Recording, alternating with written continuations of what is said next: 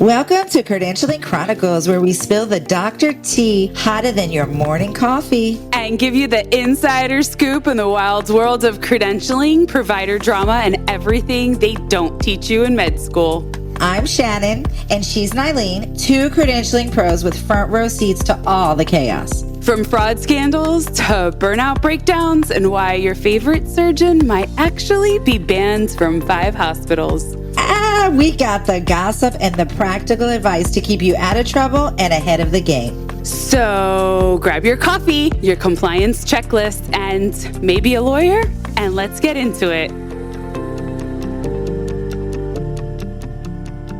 Welcome back to another episode of Credentialing Chronicles, where we spill the tea on everything happening behind the closed doors of healthcare credentialing. I'm your host, Shannon. And I'm Nylene. Today's episode is going to be extra juicy. We're going to bring you back to current day items. We're not going to talk about historical stuff. We're going to talk about trending items that are happening right now, stories that are still developing, and we're going to do 3 of them. So buckle up. It's going to make the term malpractice look like an understatement. Oh, Nylene, that's right. From a Tennessee gynecologist playing fast and loose with women's health to a French doctor all the way over the seas. He is a surgeon. Brace yourself.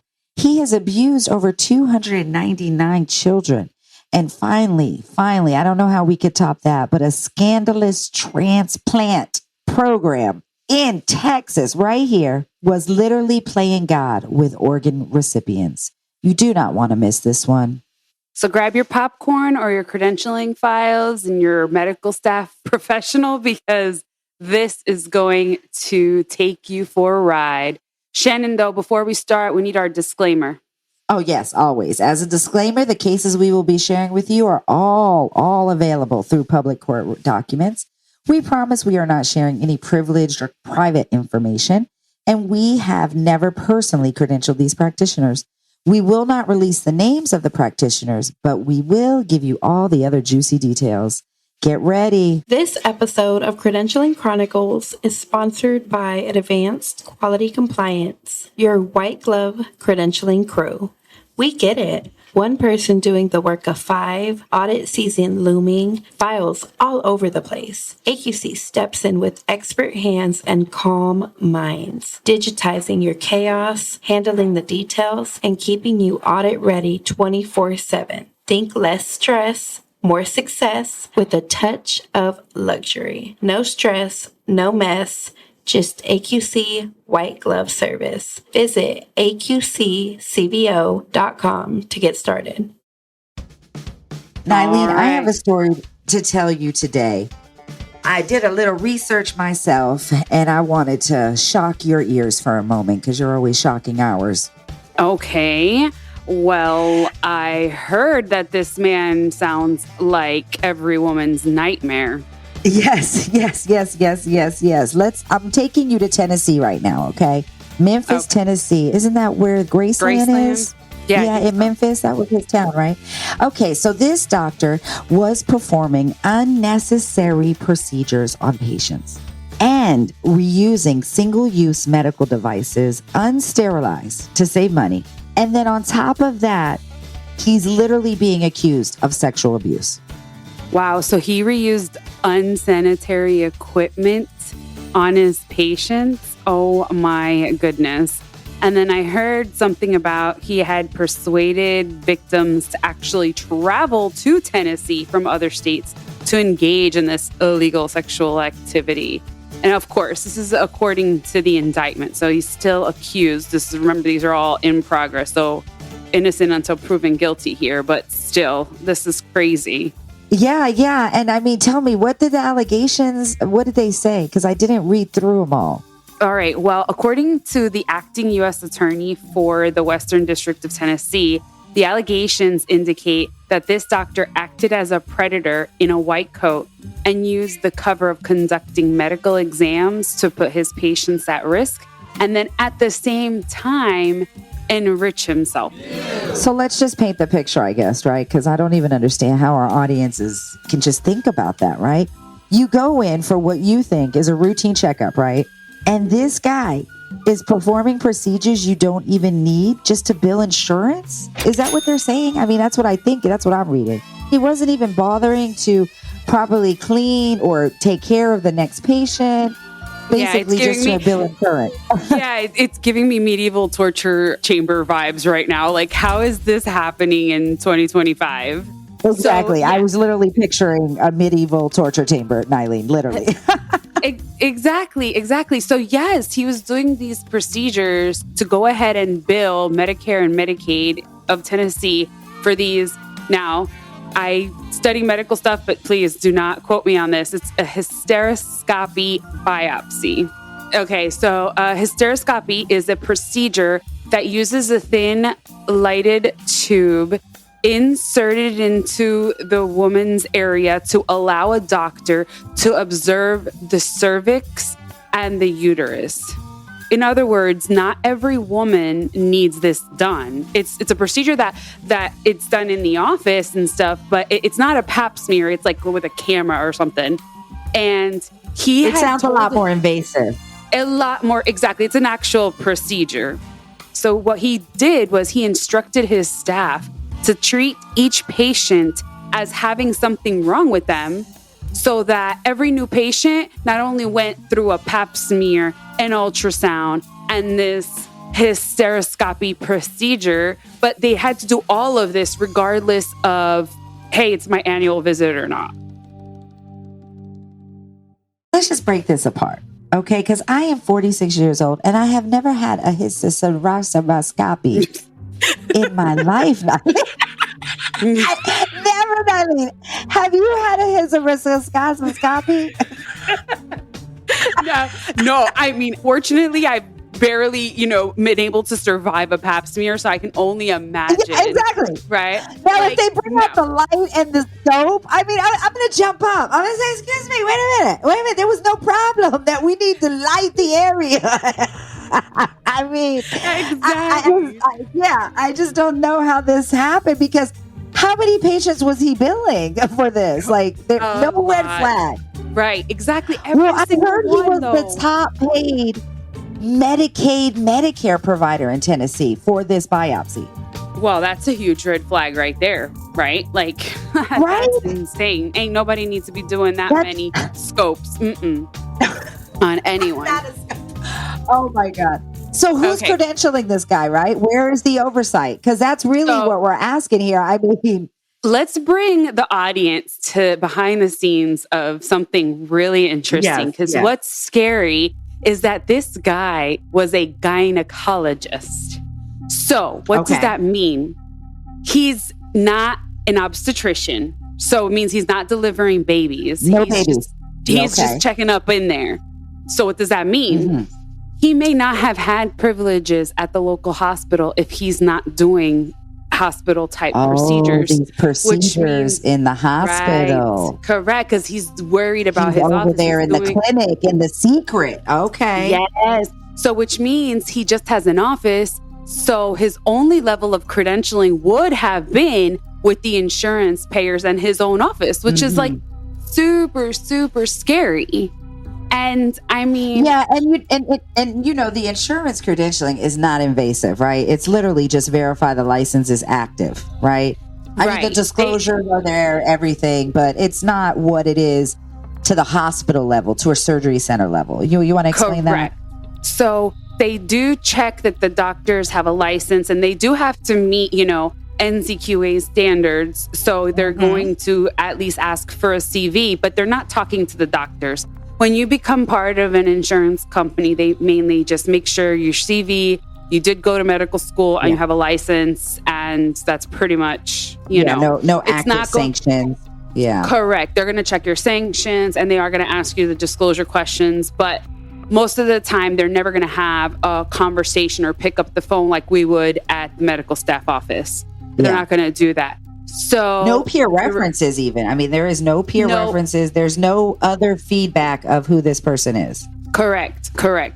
So this is a different kind of credentialing. So and way back at the beginning episode, I had you kind of say what the process of credentialing is, but truly it's very different with different areas. When we talk about payer enrollment, when we talk about credentialing at the hospitals or surgery centers, and like here, just with the insurance payers on a private office. If a doctor opens up his own office, he's not going to credential himself. So they're going to have the information and then provide it to the insurance companies. So if hospitals and payers had been watching his billing patterns, which obviously it took thousands of times for it to be brought up, someone could have caught this way earlier. But doctors like this bad actor can hide if they're doing procedures or small minor stuff in their offices without being credentialed in a hospital. Yeah, and really we're counting on the insurance companies, right? To catch that, to say this is a red flag. You know, there should not be one doctor with all of these billings for this one procedure that's invasive to a woman, right? Mm-hmm. I mean, moral of the story, if a doctor is submitting sky-high claims for one particular procedure, if anybody from billing in the healthcare, in the health plan realm is listening, maybe, just maybe ask some questions, throw it up as a red flag. A patient, if your doctor's office looks like something out of the 1950s, right? What are we going to do, Nylene? Ask some questions. If you work in that office, look, I know we want to keep our jobs, but we cannot harm patients in the meantime. Yes. If you know that something is going on, blow that whistle, guys. Okay? Because if every woman does not need no hysteroscopy is up in there for no reason. Every woman doesn't need an ultrasound that comes in for just, their yearly checkup. I mean, I could barely get an ultrasound when I was pregnant. They were like, the insurance only allows 2 ultrasounds. I'm like, I want to see if my baby's alive. I just want to see my baby. I could barely get that. Exactly. And so, and we need to say that, right? Especially if it's a Medicaid, Medicare office that's taking Medicaid, Medicare patients, there is a whistleblower clause. And so if you feel like something is going wrong or something is out of a torture chamber, which is Nylene, what she equated it to, blow the whistle. This is a blow the whistle thing that we need to do, right? Now we need to hop over to your story, Nylene, because that was just too much. But this is even shocking, right, Nylene? Well, I'm just surprised you're going to bring doctors from across the pond, but what the hey, they could be coming over here to practice. Well, I just don't want American doctors thinking we're just coming down on them. It's all. We're looking for them all, right, Eileen? Yeah. So this is straight up out of a horror movie. And disclaimer, there is sensitive information here, so it's not for a G audience. Yeah. So we're talking about a now former surgeon, thank goodness, who admitted to using his medical status to sexually abuse over 299 patients. Here's the kicker. I mean, when me and Nylene were talking about this, it just breaks my heart. The 299 patients were all children. That's all I could say, right? I mean, just to let you know. Nylene, go ahead, take it away, because I can't even talk about it. I'm going to cry on our podcast, and I don't want to do that. Some were as young as 4 years old.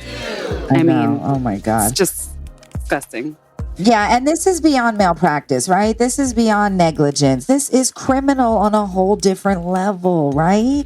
Yeah, you know what makes it worse? He actually had a conviction back in 2005 for possessing child abuse images, and nobody flagged it. The guy just kept working in hospitals across France, moving from one place to another, abusing victims along the way. Yeah, and that's why really Credentialing Chronicles is just really, really a supporter that background checks for providers should not be optional. Like, how does somebody with a child abuse conviction still have a medical license? They are optional. Right now, as of today, it is something that has to be incorporated in the bylaws. It has to be something that's incorporated in the credentialing manual. And they are optional. They shouldn't be. I mean, do you agree, Nylene?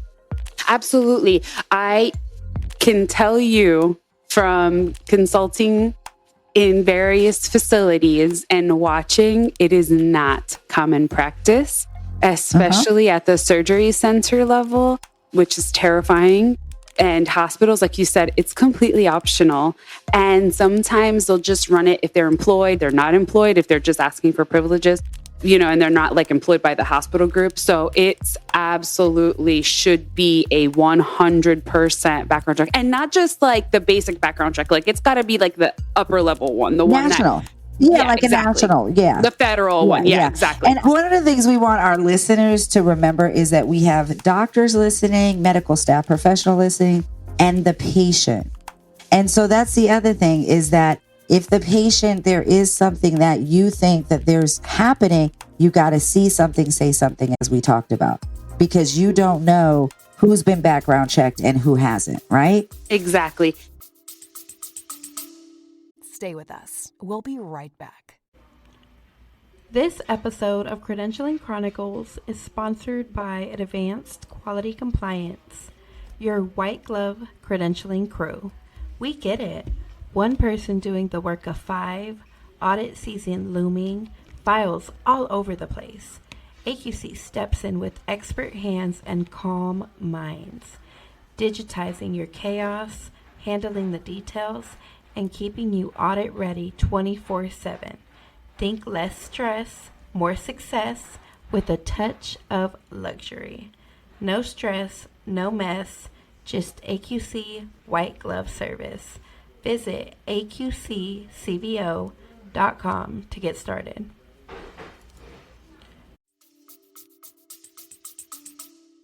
Let's talk about the insane discovery with this doctor.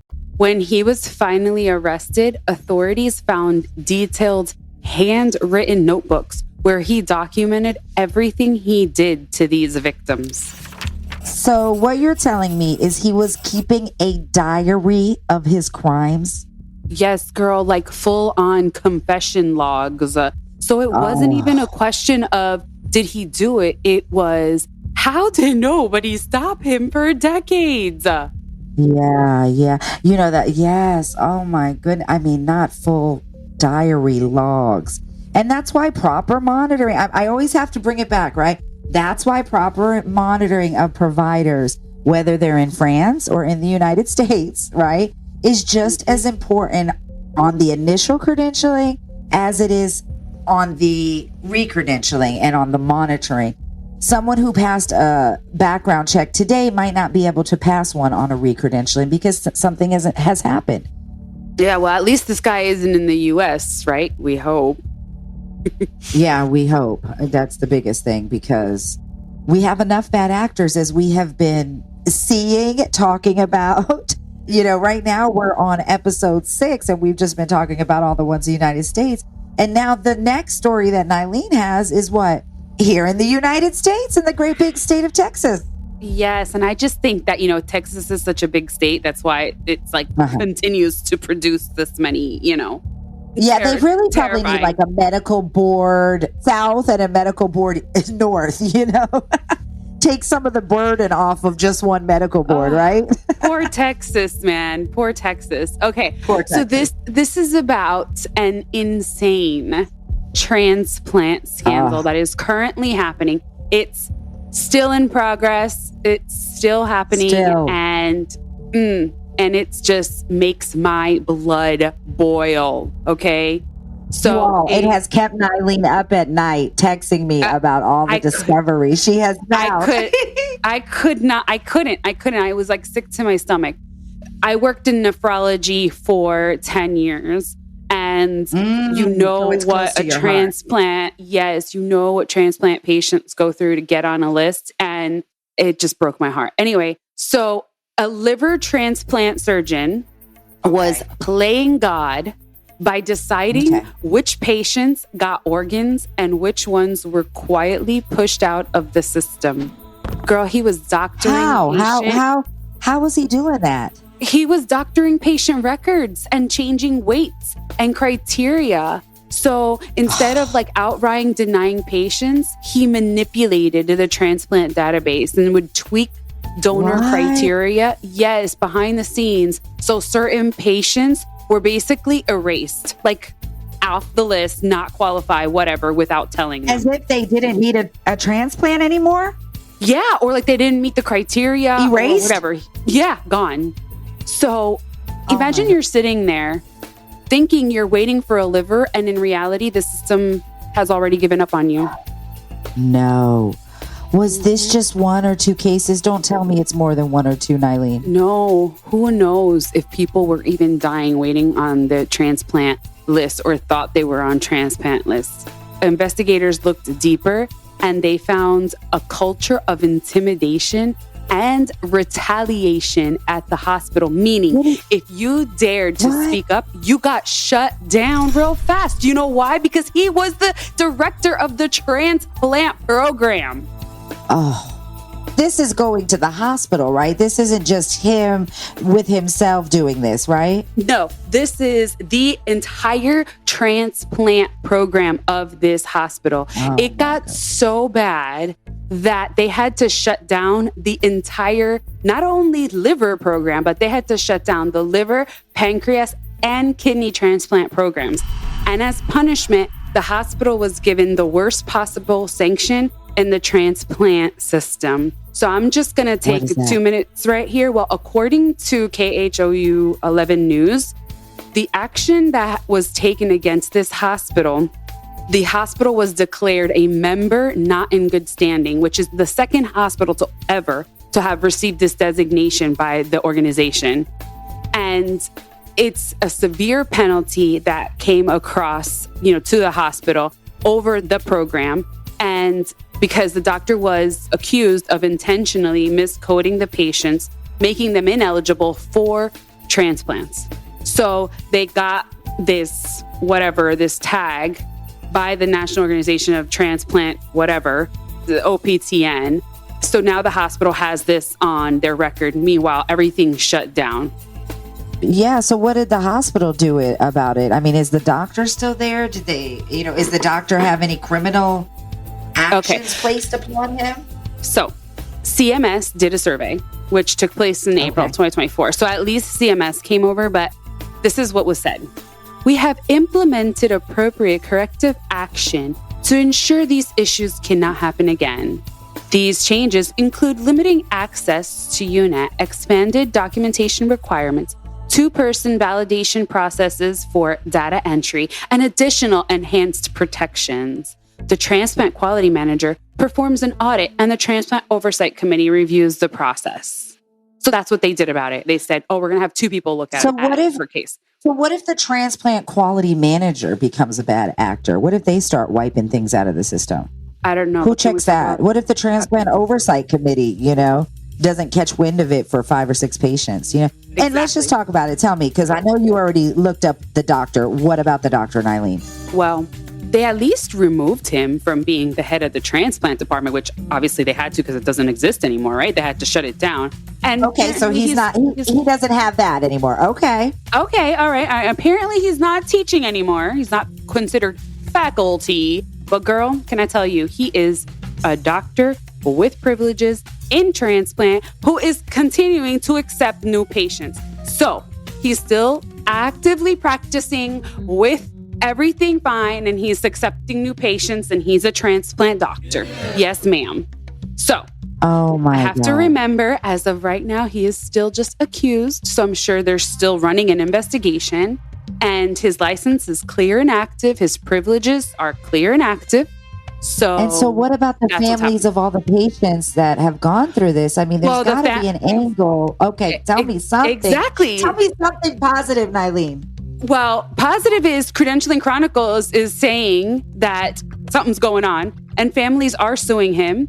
Patients are speaking out, and the hospital, obviously lost its voice in transplant policy making, rightfully so. They got a bad standing, and they have a lot of work to do before they, redo this transplant program.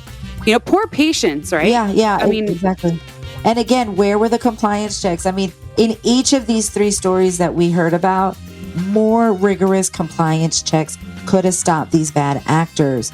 And ultimately, what happens? The patients pay the price when the system fails. And I mean, I feel like that's what we're saying here, Nylene, right? Because where were the compliance checks? Right. And the thing is how can we even check, though, in the medical staff office? Because we don't review doctors' documentation, right? So you're talking about other departments in the hospital, the nursing quality readers that read patient and audit charts. You're talking about the coordinators of the transplant. You know how many people work to fill out paperwork and complete paperwork? Like, you know, and there's so much going on that it's like, who's going to stop and say, oh, this patient really doesn't weigh, 200 pounds. They weigh whatever, 250, whatever it was, whatever the discrepancy was, Whatever, threw it out. Yeah. And exactly. And they just kept moving. So there's like so much going on that we need to monitor, ask, get those case logs, follow up on these doctors. So we got to talk about our PSA section now. We got to really, it brings us right to our PSA, Nylene, because this is a big one. I mean, I think you should take patients first. What can patients do? Right. So patients need to research and verify a doctor's credentials through your state medical boards like we've been talking about. Definitely. Seek second opinions. Don't just go with the first one. Don't just say, oh, I come in here, I need a procedure. I'm sorry. Why do I need a scope put up my whatever? Yeah, I was told I need it. Well, why? Yeah, exactly. Why? Exactly. Especially if the doctor is aggressive and says you need a procedure right away. Like, no, it doesn't happen. Let me tell you, working with a surgeon, the first thing he says is completely up to you. This is your problem. This is part of the solution. You can choose not to do it. A surgeon should always give you the option of what happens if you don't have surgery. If they're going in there and telling you that surgery is your only option, then you should get a second opinion. Then ask questions and ensure a doctor provides clear, understandable answers about all your diagnosis and treatment options. Report any suspicious or unethical practices to the medical boards, to hospital administration, anybody who will listen to you. And then stay informed about medical oversight and regulations to just better navigate the healthcare system.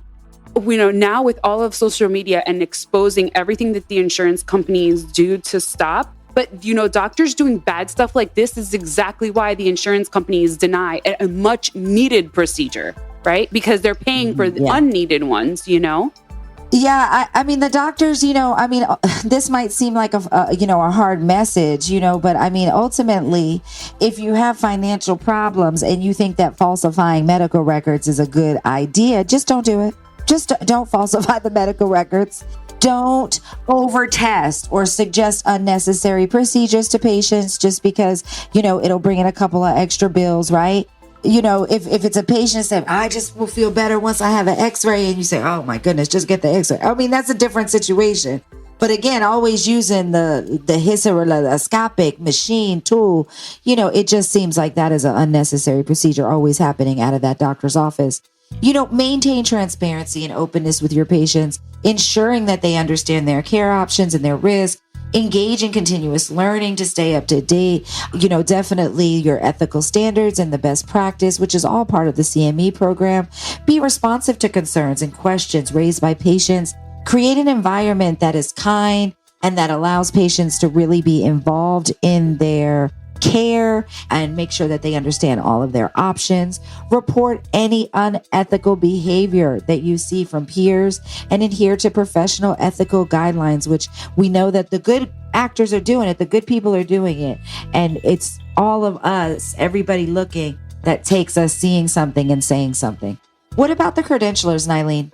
All right, so to my MSPs. Yes, to my MSPs.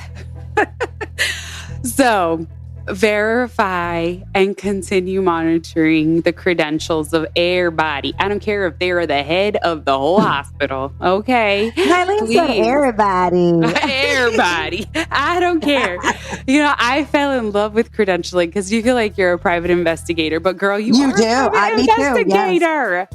Yes. Yeah, I used to think I am Go-Go Gadget.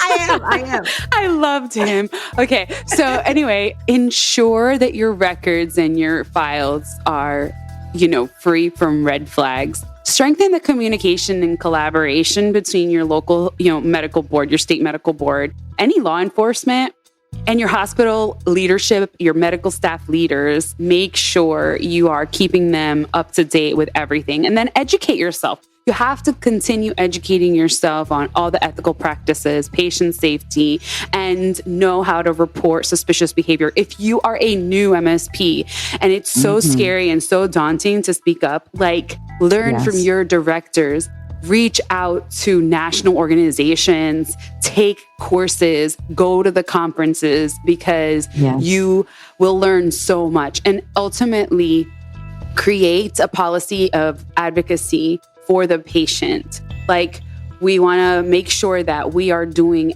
everything that we can to keep everything exposed, and just don't be afraid to speak out, right?